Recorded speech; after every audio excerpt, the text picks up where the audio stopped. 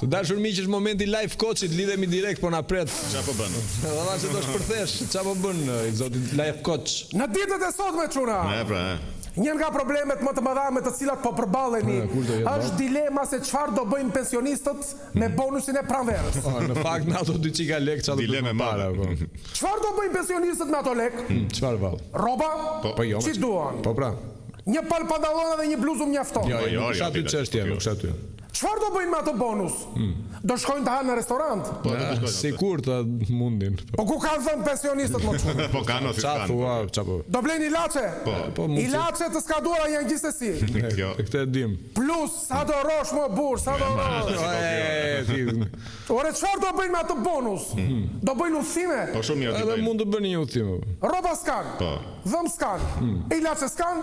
Atëre çu duhen udhime? E morti tash po kjo. Ster e bëre për zotin. Por si zgjidhet ky problem? Hajde, kalojmë te zgjidhja, Suedia, një vend i avancuar, e ka zgjidhur me ligjin e eutanazisë. Po çapo fletore, po kjo. Por ne nuk jemi Suedia. Shqyr zotit, po.